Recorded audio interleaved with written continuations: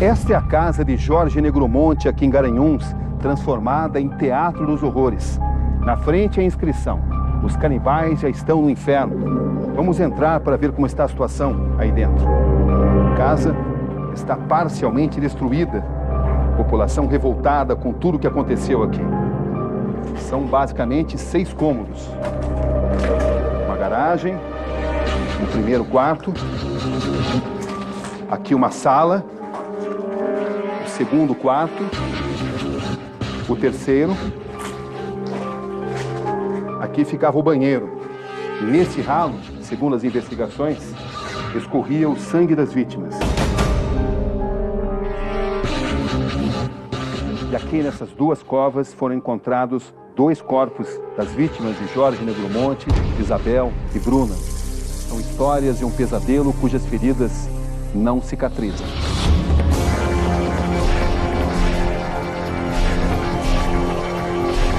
Na casa de Olinda, palco da primeira morte, os procedimentos são parecidos.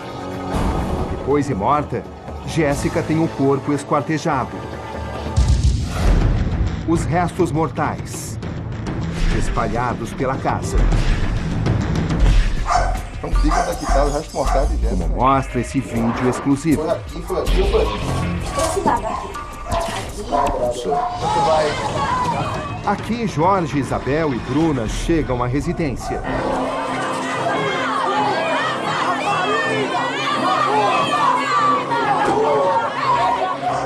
Todos os detalhes da primeira morte são revelados. Eles contam como tudo era feito. Entendeu? No qual seria abençoado numa praça. Foi aqui que o senhor matou Jéssica? Nesse quarto aqui, não foi? Nesse quarto, não foi? Nesse quarto aqui. Depois arrastou o corpo dela pra esse banheiro aqui, né? Foi. E aqui ela fez parte já, aqui mesmo no banheiro. Aqui no banheiro. Qual é especificamente aqui? Na parede, dedos. É aqui no meio, aí em cima, embaixo. É dentro do buraco. Aqui. Ou aqui ou em cima, um desses aqui. Um desses, né? Dá uma olhada aqui, Daniel.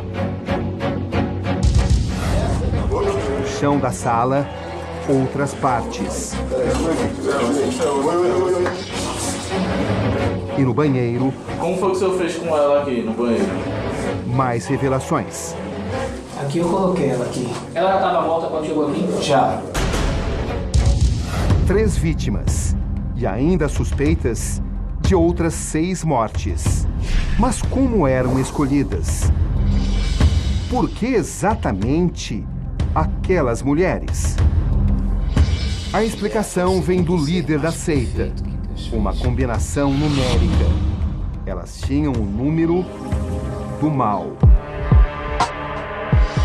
Escolhi através dos dias ruins, os dias que tem os números bons ou ruins, dependendo das pessoas que têm os seus números também malditos, que todo mundo sabe qual é o número maldito, né? E aquele número que eu vou dizer aqui, entendeu? Que é o 666. Então, quando a gente fazia as contas, olhava direitinho, batia certamente com as documentações dos números, tudo. O 666 quando batia, ou 66, ou qualquer coisa relacionada a isso.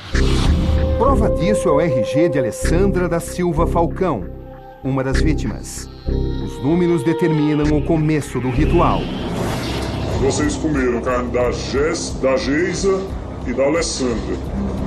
Comeram da carne, vocês comeram que pedaço da carne dela? Isso aí, pedaço normal dela, o fígado e a parte do corpo. Da carne normal. Comer do fígado e da carne normal. Comer do coração também? Não, nenhuma das 2 vezes tem coração. Vocês comeram da carne dela por quantos dias? Uns 2. Só? Não, 2 não, 3 dias. Vocês deram também pra criança? Ela comeu também, fez parte. Nesse vídeo, Isabel conta à polícia os procedimentos do grupo Mas nessa eu gosto de carne. e confessa. Carne mesmo. Usava a carne humana como recheio de salgadinhos vendidos nas ruas de Garanhuns. Você vendia lanche e dos lanches era empada. E você pegou a carne da menina e botou como recheio da empada, não foi não? Eu cheguei a usar a carne sim dela. Certo. E fez a empada. Fiz. E vendeu. Vendi. E por que não assume? Mas Mas qual o motivo dos atos de canibalismo?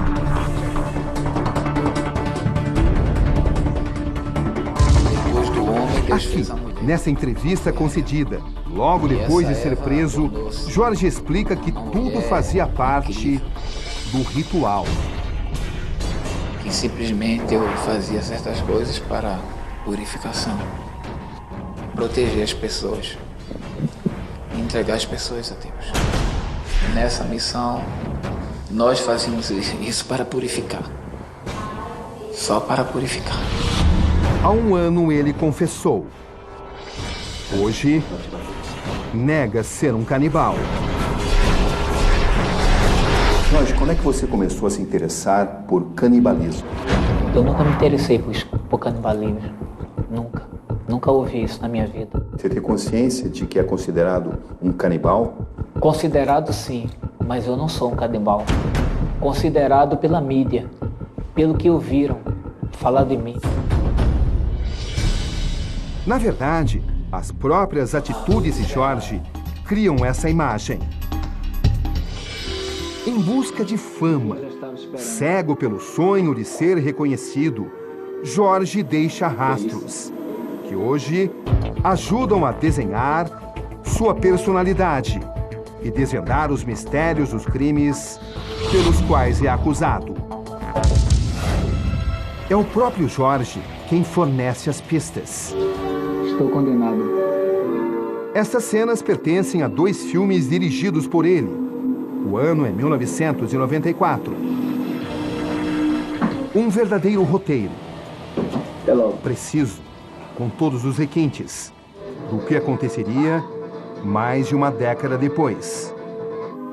Primeiro, a adoração à morte. Bonito, né? Depois, canibalismo.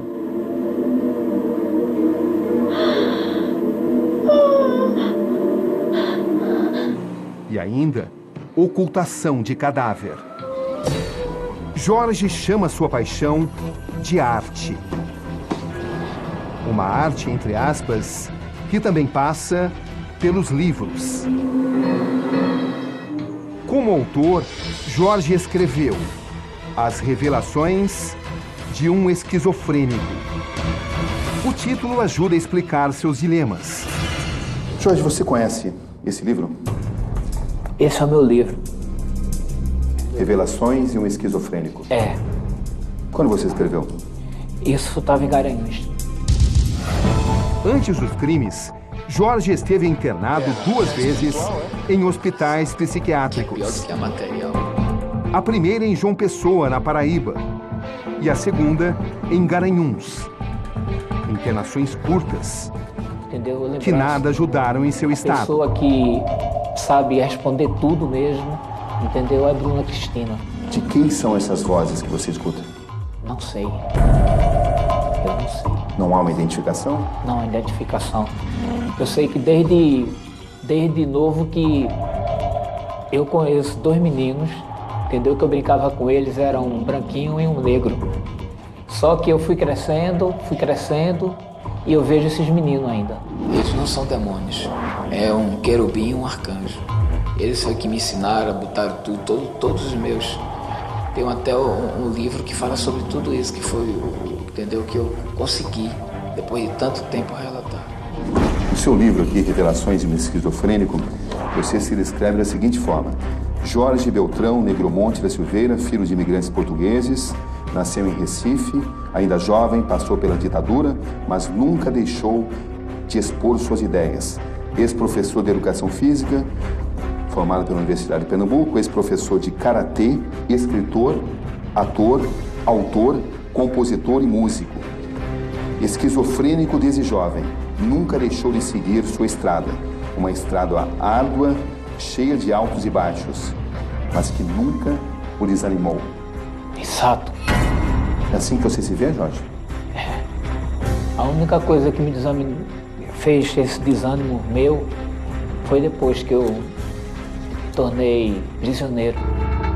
Frente a frente, Que ela a postura falava de sempre comigo, eu Jorge também concordava. está clara. Bruna, pegou uma vez, inteligente eu, brincando, e esclarecido, né? Subir, quer provar brincando ser louco, incapaz de responder pelos próprios atos. Vivendo. Será que para se recuperar, para passar esse pesadelo que você sente, você não tem também que admitir o que você fez? Como é que eu posso admitir alguma coisa, entendeu? Que não me vem à cabeça. O fato de não vir à cabeça não significa exatamente que você não tenha feito. Concorda? O que eu concordo é que eu estou me desabafando. E as coisas que não me vêm à cabeça são as coisas que não aconteceram. Nesse instante, tenho que pensar rápido e uso as próprias escritas do canibal a meu favor. Escrever junto com o Bruno. É minha principal arma contra a posição dele. Você pode ler pra gente o capítulo 20? Estou sem óculos. Você tá sem óculos? Tenho. Peça um óculos. Peça o meu, né? Um óculos de leitura.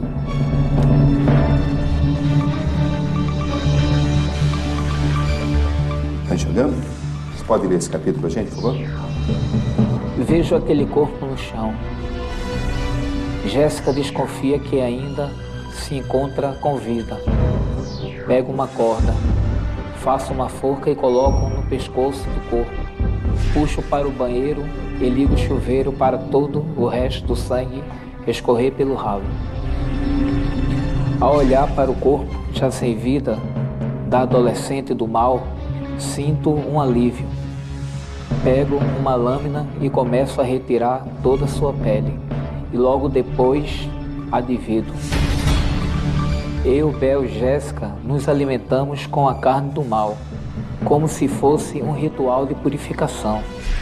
E o resto eu enterro no quintal, cada parte em um lugar diferente. Tudo contado no livro bate exatamente com o descrito pela polícia. Olho. Mesmo assim, ele insiste na negativa. Ela não sabia. Agora, sobre a adolescente do mal, para mim, quando eu estava escrevendo, era fictício. Mas ela ditou. Mas isso não é ficção. Você fez tudo isso já. Ficção, para mim, é aquilo que não existe, que a gente coloca, que a gente imagina. Não o que a gente faz. Ao ser confrontado, reage de formas diferentes. Ele pode não admitir, mas seu corpo dá sinais de que está incomodado. Não foi eu que fiz. Tudo começa com uma simples pergunta. Quem fez isso? São exatos 7 segundos de silêncio, até esboçar uma resposta. Depois que eu conheci Bruna, começou a acontecer isso. Na sequência, mais aguado, dá outras pistas. Evita o confronto. Aí, as coisas que vejo. Né? Mãos em constante movimento. Eu não sei. Não há uma identificação? Boca inquieta. Corpo agitado. Engole seco. É isso. Jorge, você é uma pessoa normal? Como eu posso ser normal se eu tenho esquizofrenia paranoica? É como se uma outra entrevista paralela na academia estivesse se desenvolvendo. Outra academia treinar junto comigo. São várias as suas faces. Nesse instante, olho no olho, o que é que você gostaria de confessar? Um homem perspicaz. Confessar o seguinte. Uma mente louca. Entrevistar seu Bruno. Alucinada. Manipuladora. Eu não sabia. Que muda o tempo todo. Às vezes eu não entendo. Sobre os crimes, primeiro diz que não se lembra. O que essas pessoas significam para você? Vidas que se foram. Por sua culpa? Não me lembro. Depois, nega. Você não disse que não fez, você disse que não se recorda. Eu não fiz. Mas você, ao mesmo tempo, conta que ouvia vozes. Eu digo o seguinte. E vozes que te davam ordens às quais você não concordava. Todos que o conhecem o descrevem como um estrategista que usa as emoções das pessoas a seu favor e descobre uma forma de torná-las dependentes dele próprio. Chegou a convencer Bruna de que seus pais eram demônios e de que ele, Jorge, seria seu verdadeiro mestre. De volta à entrevista, por último, dá sinais de que a responsável por tudo é a mulher que diz tanto amar. Ela fez tudo isso? Bruna. Por que as vítimas eram mulheres? Sempre mulheres. Porque Bruna Cristina Oliveira da Silva, ela é mulher. O que tem uma coisa com a outra? Porque ela jamais contrataria um homem. Mas por que era importante se sequestrar mulheres, se eliminar mulheres e se alimentar da carne de mulheres? Porque mulher, como ela foi aluna minha de artes marciais também, mulher, ela consegue enfrentar uma mulher. E homem, ela não tinha a capacidade de enfrentar um homem. Por isso que foi mulheres que foram mortas. Porque ela é mulher também. Ela jamais chamaria um homem. Ela até disse... E Jorge continua a transferir toda a responsabilidade. A Bruna Cristina, ela pedia para eu cavar o buraco para colocar o lixo. E quando eu vi, o buraco já estava fechado. Quem participava do ritual, honestamente? Na minha opinião, honestamente, quem participava do ritual era a Bruna. E você? Não. Sinto muito amor por Bruna. Não gostaria de prejudicar ela em ponto nenhum, mas estou falando a verdade. A relação dos dois começa em 2004. Bruna treina karatê e Jorge é o professor. Jorge, Isabel e Bruna. Um triângulo amoroso? Não. Eu tinha me separado de Bel há muito tempo. Eu só convivi com Bel 20 anos. Depois a gente passou um relacionamento de amigo. Tanto que quando eu assumi Bruna, ela passou a morar em outro canto. Em Olinda, eu morava embaixo, Bel morava em cima. E em Garanhuns, eu morava na frente e ela morava no kitnet atrás. Jorge, estamos com quase 2 horas. Você começou negando tudo e aos poucos foi admitindo. Está sendo um processo difícil para você? Não, eu estou falando que se aconteceu eu não me lembro. Eu estou falando isso. Se você me perguntar diretamente, olhando nos meus olhos, foi você que fez, eu vou dizer que não foi eu. Nós não vamos nos antecipar. O advogado Ranieri Aquino está diante de uma difícil missão. Jorge, ele vai defender perante a justiça 2 dos acusados, Jorge e Bruna. A defesa acredita que Jorge, no momento em que praticou, ele não estava em si. Ele não tinha condições, né, de saber ali, naquele momento, o que era certo, o que era errado, o que era justo, o que era injusto, até porque é parte, né, característica, acredito, desta doença que o acomete. Inclusive, ele diz que a culpa é dele ser doente, né, e dizer que precisa ser tratado. Não seria normal. Jorge Beltrão é um indivíduo dotado assim, de qualidades extremamente negativas, né? Um senhor que praticou alguns crimes dotados de extrema perversidade, malvadeza, extremamente violento e extremamente perigoso, que seguia um ritual satânico que choca a todos nós.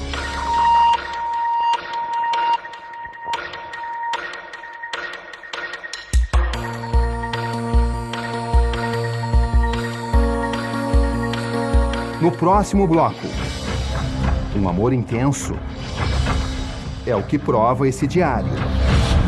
Um documento escrito por Bruna, com revelações inéditas e exclusivas. Monte é a minha religião, pois eu creio em Monte. Seu ensinamento me fez ser outra pessoa. O conteúdo você vê daqui a pouco, aqui no Conexão Repórter.